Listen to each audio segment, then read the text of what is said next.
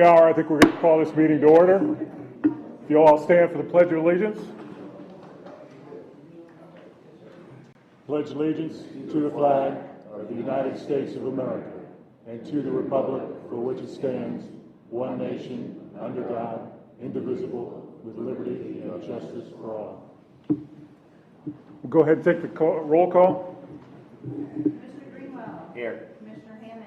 Here. Commissioner Sandberg. Commissioner Pendergrass.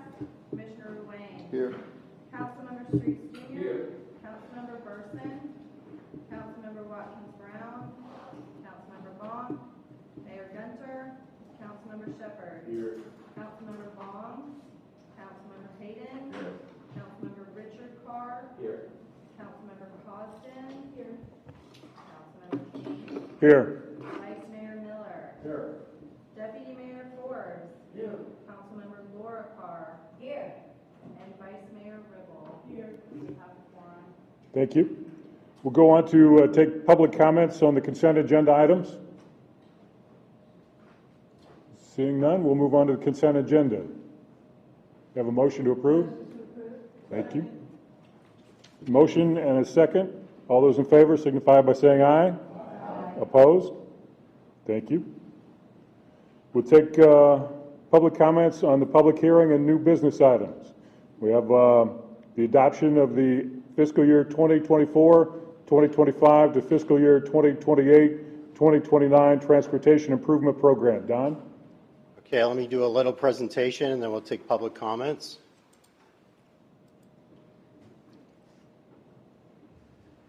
So this is the TIP. This is kind of a follow-up. We do our priorities. You're doing priorities later.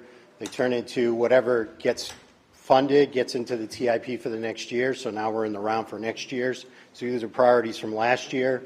I showed that last month. Most of those got funded, and we did that before. There's $771 million worth of projects in here, which is higher than what we usually get. And I talked about that last month. State Road 31 is a part of that. But it didn't include I-75. This is the breakdown of it. And then I added in the I-75 project because this is a statewide project, so it doesn't show in our district download, which is obviously between the two counties, but it's another $600 million in projects that's coming forward. Open it up, any questions and comments, and then we'll take public comment.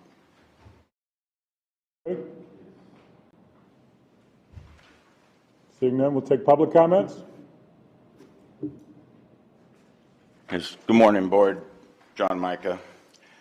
Does anybody have a, there's no information packets over for me to review, so I will, I'll start with a little note sheet I made offline. I lose track. I can't remember if this is the third or fourth year that I'm here about the State Road 80 median project is one of the projects I come to speak about. And that's FPN number 447886-1. It's on page 220, and it looks like it's funded for another $373,000. But every year I come, and no, that's been dropped.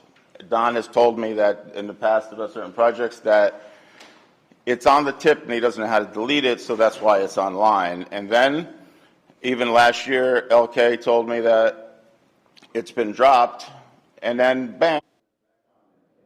I mean, we have a 5-year tentative work program for a reason, not just so you take it off if I show up at a meeting and then put it right back on, okay? There's federal regulations, and I wish more than just FEMA would take notice, okay? Because it's really worn me out the last 7 years, folks, 7 years. And I've been painted as a bad person. And Commissioner Hammond, you know from 2018, I'm not. And if you all go out to State Road 80, if any one of you would like to come out to State Road 80 and see what happened out there with our federal money, you should be appalled. We have street lights buried in the drainage swales. We don't have lights on State Road 80 many nights, for weeks at a time because the contractor buried the lights. But that's what happens when you don't follow federal regulations regarding, environmental evaluations and have a PD&E study and so forth. You can't just say that that you can't just lie. You can't just keep lying and then not have environmental consequences. I mean, the path, it's a drought out there, and it's too flooded to pass a lot of the time, most of the time, because there just wasn't enough right-of-way to construct the project safely. And if any of you would like to meet with me, I will show you an abundance of proof. But we're here about the transportation improvement plan that is going to be, is scheduled to be adopted today. So, let me see. Number one, State Road 80 project, another $1.3 million. It's on page, let's see, looks like page 209. And why another $1.3 million for the State Road 80 project? Because it's cradle to grave, folks. That's why. All right, in my opinion. Let's see. I'll try and get. Your time's up. Is there a 3-minute cap for public hearing? There is. Okay, so that was the State Road 80 project. So now is No. the South Side project. You have 3 minutes. So that's it. If there's 5, so as much as you violate federal law, it doesn't matter. You get one shot. That's it. Thank you. Chair, it's up to you if you'd like me to speak about the other projects. Reach your limit. Thank you. Any other? That is your opinion? Okay, thank you. Seeing none, this adoption requires a roll call vote. Motion to approve. Second. Streets with the second. Yes. Greenwell, Yes. Hammond, Yes. Ruane, Yes. Streets, Yes. Shepherd, Yes. Hayden, Yes. Richard Carr, Yes. Cosden, yes. King, Yes. Miller, Yes. Forbes, Yes. Loricar, yes. And Ribble, yes. It's unanimous. Thank you. Moving on, we have the approve the multimodal box funded priorities. Ron? So this is the project location map of 7 of the 10 projects that we have in the table, which I'm going to show you later. Starting off with 2 projects in San Carlos, putting sidewalks in there on the gaps. And then in the city of Cape Coral, you have one on Cultural Park Boulevard, and then Southwest 28th Avenue, and then you have one on US 41 close to County Line. 2 on 82 close to Ortiz, basically between Michigan Link and Ortiz. And then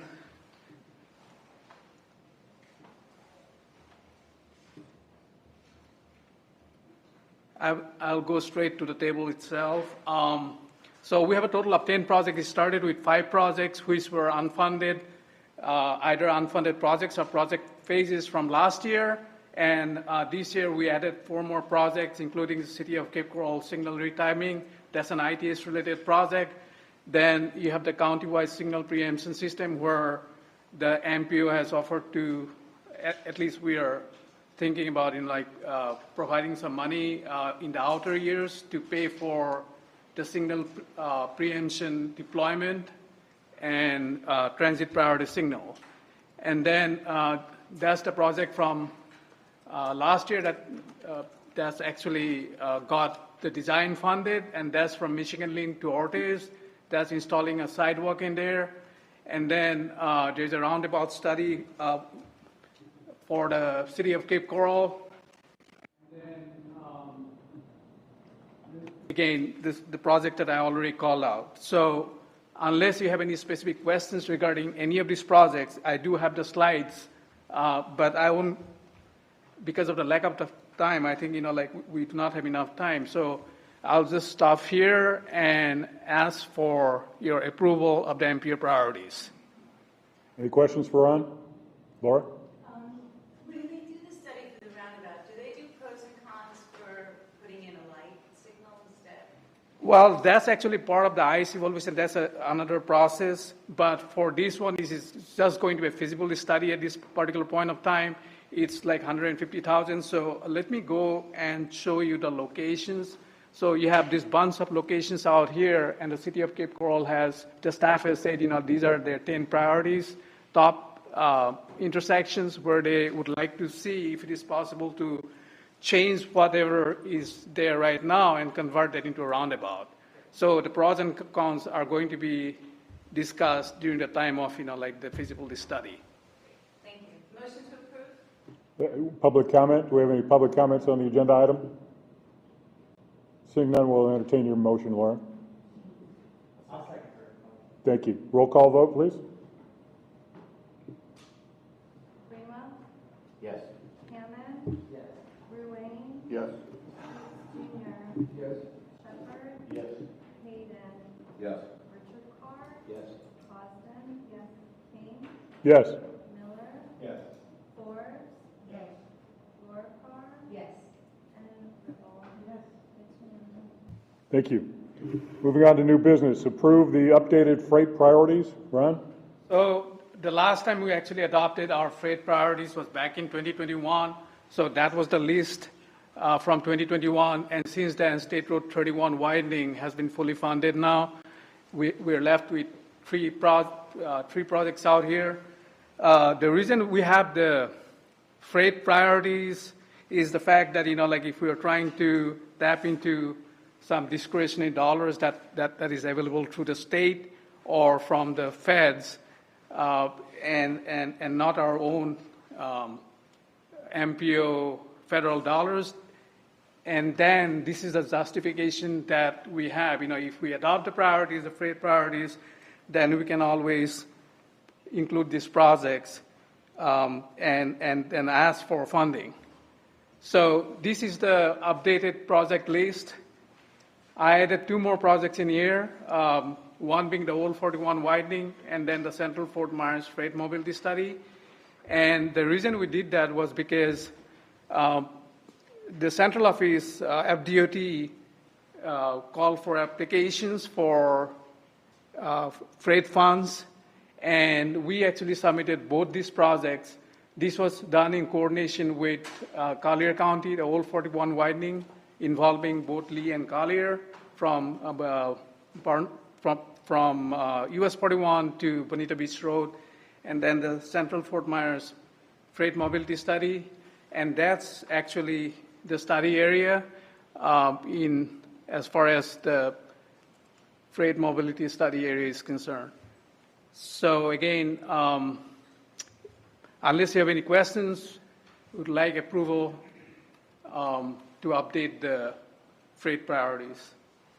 Thank you. Any public comment? Seeing none, I'll entertain a motion. Laura? Question? I'm sorry. On Old 41, where is the truck turnaround going to be? I think they're still working on that. We haven't seen the final plans, and plus, like they probably at some point of time, there's probably going to some. But in Collier County, right? We'll have to see about that. Okay, motion to approve? Thank you. Second? Who was the second? Fred? All those in favor, signify by saying aye. Aye. Opposed? Thank you. Moving on, appoint a new chair for the local coordinating board and approve the membership certification. Don? So, Councilmember Costin's been serving as the LCB chair. She has resigned from that position, so we need a chair. And then as part of that, then approval of the additions to the local coordinating board for the certification. So we're looking at any kind of volunteer from the board that would, and I put in there the meetings. This is where the meetings, when the meetings are, and they're over in Cape Coral at the Public Works Building 4 times a year. Any questions? Mike? Yeah, I volunteer for that. Great. Do we need a second on that, or? All those in favor signify by saying aye. Aye. Opposed? Thank you, Mike. Public comments, I guess, or any other comments?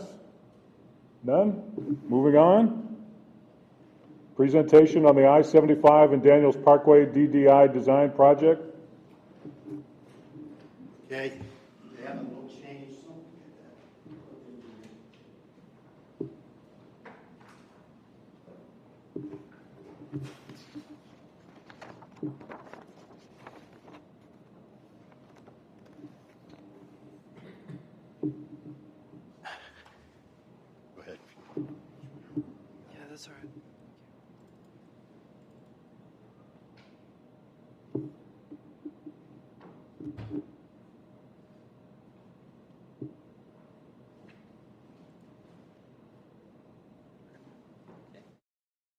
Good morning, everyone. My name is Kim Abadi. I'm the FDOT project manager for the I-75 at Daniels Parkway Interchange Improvement Project. With me are my team, Mike Vanderhayden. He's the in-house consultant project manager with Stantec.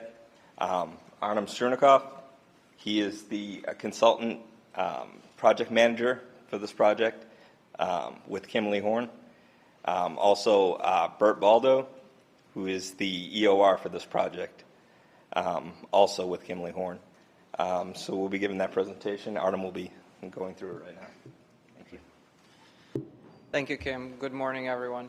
So just to give everyone a bit of a background on this project, the project is located between Colonia Boulevard and Alico Road. It's along Daniels Parkway at its interchange with I-75, and the limits of the project along Daniels Parkway are from east of Damport Boulevard to west of Tree Line Avenue. So the proposed improvements include construction of a diverging diamond interchange, and it will convert the current partial cloverleaf configuration to a configuration with two crossovers, one east of I-75 and one west of I-75. These crossovers will be signalized, and what will happen at those signalized locations, the traffic flow will be reverted to the opposite side of the road that we're used to driving here in the United States, and that will allow for increased traffic flow for left turn movements, which we currently see a lot of delays in the existing condition. Additional work will be associated with ramps. So traffic volumes along ramps also increase. They will accommodate future volumes. So we need to do widening and some changes to those. And what you see in blue will be the 4 new wet detention ponds for stormwater management.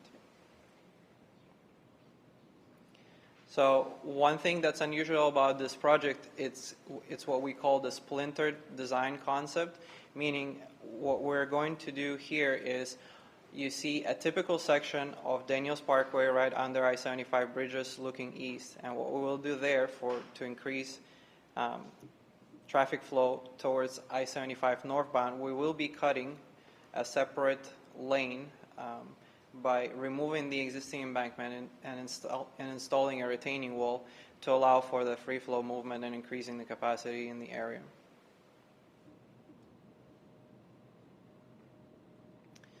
So what are some of the benefits of a diverging diamond interchange? Obviously, the 2 traffic signals, I just discussed those. It reduces cycle lengths as well as delays.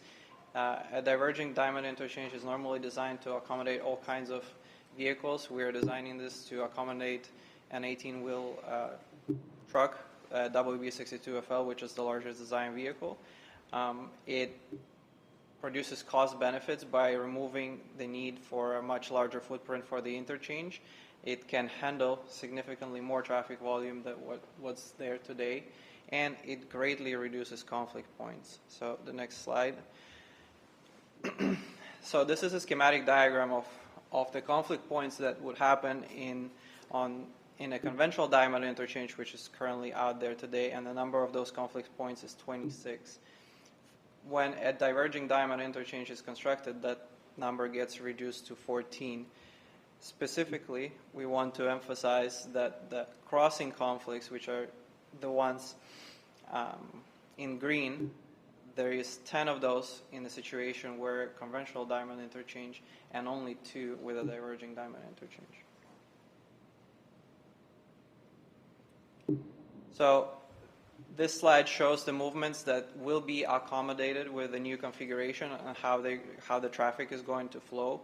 So in green, you see the movements from Daniels Parkway eastbound onto northbound I-75, onto Daniels eastbound through movement, and eastbound Daniels to I-75 southbound. In blue, we're showing the movements from I-75 into westbound Daniels and from northbound I-75 into westbound Daniels. This slide shows the rest of the movements, which are from northbound I-75 to eastbound Daniels in blue, southbound I-75 to eastbound Daniels again in blue, and then in green we have the westbound direction through on Daniels Parkway, westbound to southbound I-75 and westbound to northbound I-75.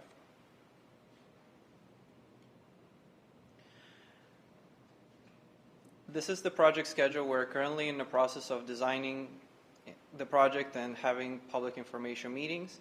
We anticipate the project tentative letting to be in May of 2025, and the construction time for the project is estimated to be approximately 24 months.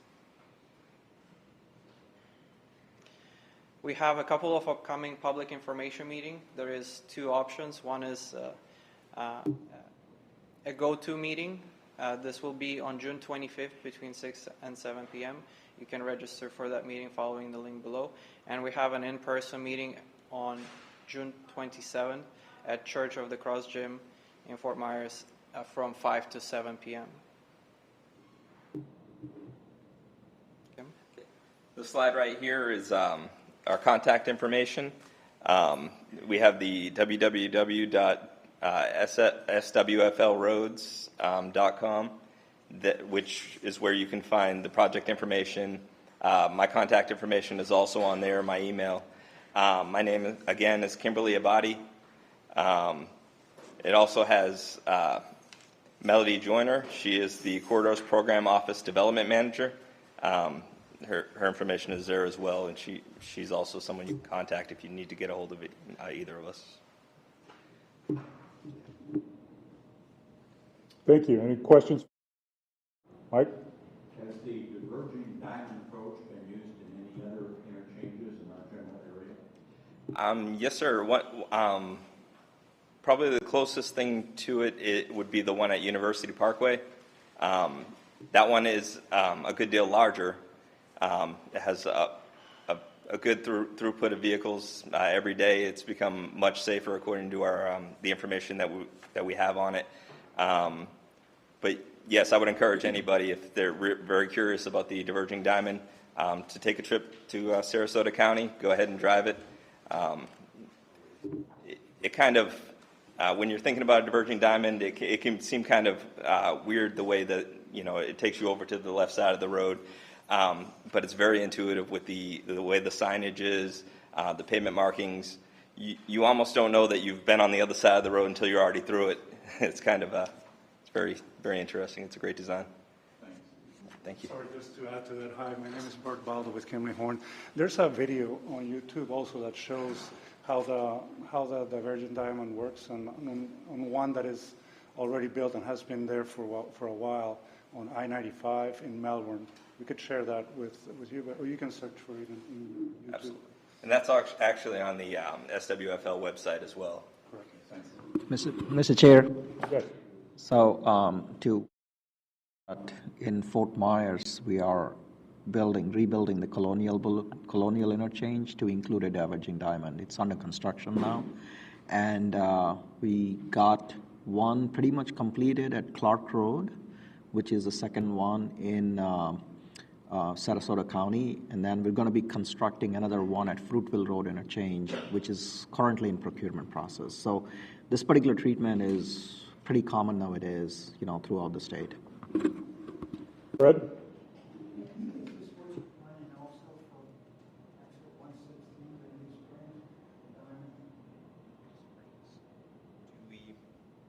Not anything at mind at the moment. No, not right now. I didn't think so. No, not currently.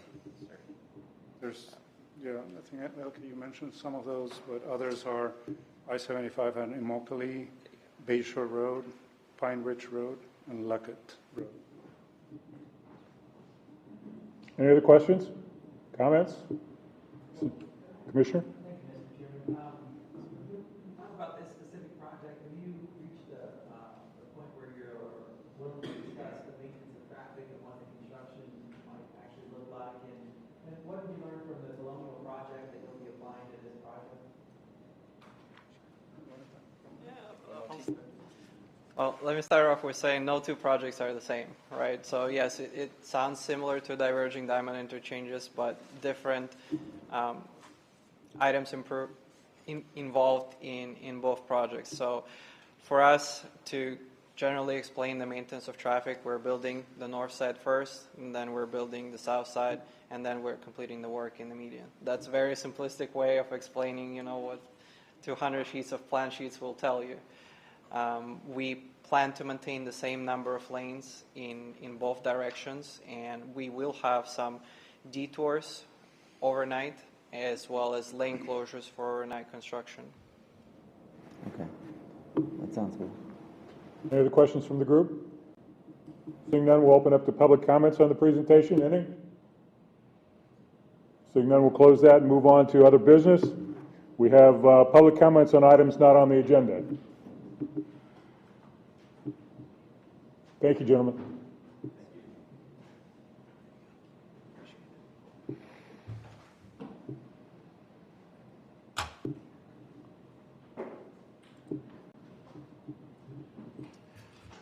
Good morning, John Micah again. It was my understanding that for public hearings, for items you're going to vote on, that there wasn't a 3-minute comment, but nevertheless. But it's also my understanding that if you ask a question during a public hearing, that you should get an answer. Can I get an answer to that at least? For a public hearing item, if I ask a question. You could ask me this separately. You have 3 minutes to talk about whatever you want. I'll talk to you afterwards. Okay, so since I see Wayne Gaither's not here, and I cannot get the letter from Council Member Bouchette regarding his opinions on the $30 million bridge project, which actually you just approved another $950,000 for the bridge, Caloosahatchee Bridge shutdown, if you didn't read all that, okay? So his letter to the FDOT director, so it must be Harry Wayne Gaither, is that it would be unsafe. But it's been 26 or 7 days that I can't get that one single letter from the city of Fort Myers. So can we ask FDOT for a response, since it is a matter of great public importance and it's really affecting the economy? Can we get a response from FDOT regarding what the director, commented to the council member Bouchette? That unfortunately does not sit on the board of the Metropolitan Planning Organization. No response? It's not in litigation. Can't say that like you did for 5 years. Nobody? Okay. So how much time we got? Oh, wow, a minute. Oh, my gosh. Okay. So let's see. We did 1, we did 2. South side of State Road 80, where there's a crazy non-compliant sidewalk. It's another $121,000 you just approved today. The bridge project, another $950,000. I can give you all the page numbers. Median project on State Road 80, every year it seems like I say, and then the day before they say oh no, we canceled that, we're not going to comment on it. And then there's another project. Oh, for the median project, nice move to take medians out of the subject line. Nice guys, nice move. Pretty much, I'd like to meet with every one of these individually, because I've been painted as a bad person, and I just want safety for the public, and I've really been trying hard. Okay? Thank you.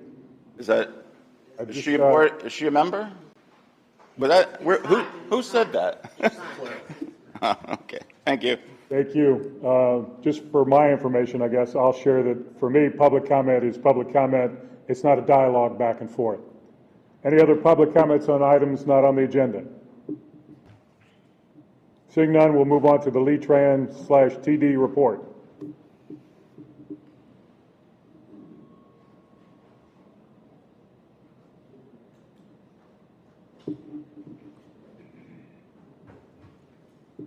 Good morning, Dominic Gemelli with Lee-Tran. First thing I want to talk about is it's good news for us, and that we actually are starting to get new vehicles. It's been since the 21 model year that we've been able to get any new of our paratransit cutaways. So actually we have 2 of our 14 vehicles already have arrived. We have 6 more at FDOT right now being inspected. Should have those hopefully by the end of next week, followed by another 6, which our fleet has been heavily maintained to in order to keep our vehicles running, being that we haven't been able to get vehicles since the 21 model year. So big news for us. Other than that, I'll talk a little bit about our projects that we've got going on now. Obviously, our Lehigh Acres Park and Ride, it's about at the 25% completion point, and it's still due to be completed for February of 2025. Our ADA bus stop improvement plan, we have designed, or we have 136 bus stops that are going to be designed by our consultant. We're doing 50 designs and then moving 50 to construction, 50 to design, 50 to construction, so that we have both design and construction going on at the same time. And that's an ongoing project that will go from now until we can make all of our bus stops ADA compliant based on annual budgeting. We have 2 new bus stops that are being constructed. They're actually with FDOT right now for final improvement on those designs so that they can move to construction. Those new North Fort Myers bus stops are in the vicinity of Merchants Crossing. Due to the redevelopment of Merchants Crossing, we're having to put a stop on both the northbound and southbound side of North Cleveland Avenue in the area of Pine Island Road. We have 8 shelters that will be installed on US 41. Those are our pad-ready areas. Thanks to FDOT and our partnership with all the FDOT road work that gets done, we do a lot of plan review with them, and it allows us to improve bus stops as part of road work. So they are able to create the 30-foot by 8-foot pads for us in order for us to use, put shelters, bike racks, et cetera, all the other amenities that we would have at a bus stop. So that should be in place in July. And going back to the bus stop improvement piece, those hopefully will be, and we'll put those out for bid construction sometime probably also in July. The bus stops, our new bus stop signage. So I brought, because we're just now getting them in, so I brought them in for us to see what our new bus stop signs actually physically look like. Very reflective, ADA compliant. I don't know if a lot of you have seen what our blue sign looks like now. Not the most easily read sign out there on the side of the road.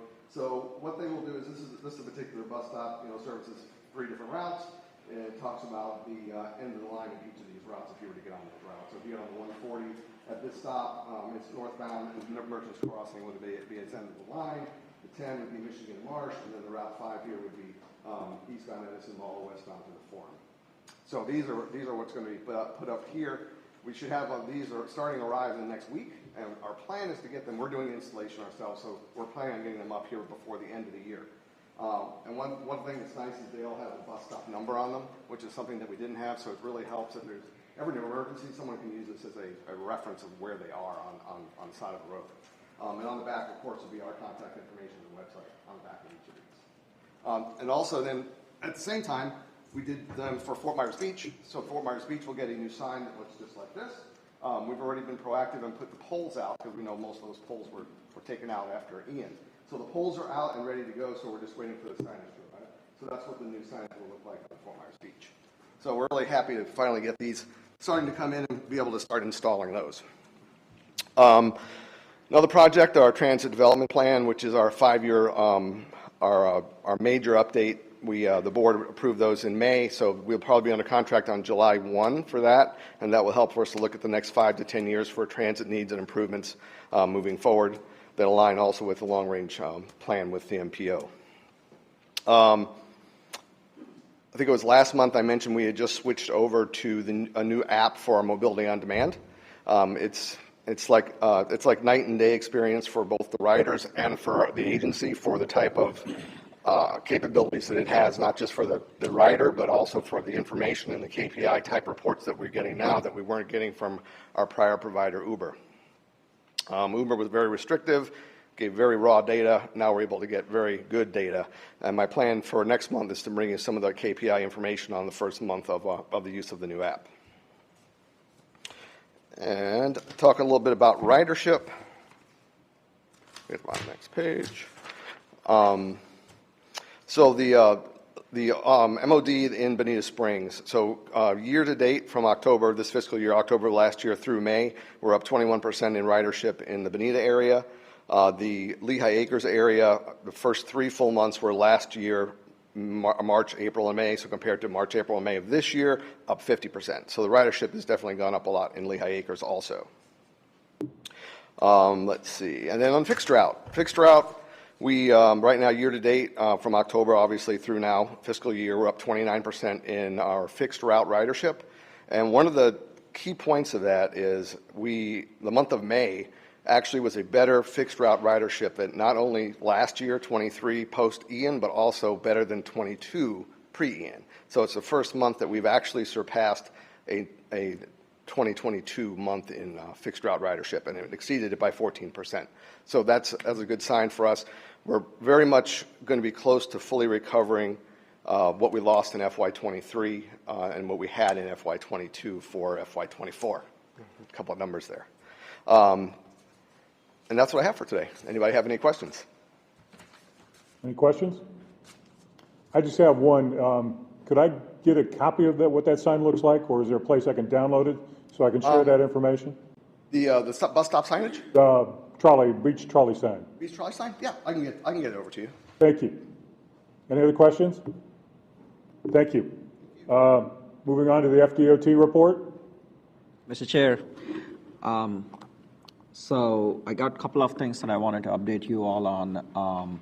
First is the governor signed our budget for next year, which is great news in that his message was historic investments while being financially responsible into transportation, education, and environment. And like we proposed, we got a record investment into transportation infrastructure. Couple of things. There were several local projects that were submitted and approved by the legislature as part of the budget. So the governor has vetoed several projects as part of that because it was impacting the budget proposal that we submitted using the trust funds. So we're doing that analysis, and if there is anything that impacts this particular area, we'll provide information to your staff so that you can be updated either through your local staff, county or city staff, or through the MPO. The other update is we made a presentation on Daniels Parkway, right? So we have a public meeting next week, virtual and in-person public meeting on the project. So that's all I got, Mr. Chair. Thank you. Seeing none, we'll move on to announcements. Don? Next meeting is August, and for information and distribution, I've added in the Safe Streets for All public meeting. They'll be on Monday at 5 to 7 in the collaboratory. Thank you. Entertain a motion to adjourn. One short announcement. Have a good weekend, everyone. We're adjourned.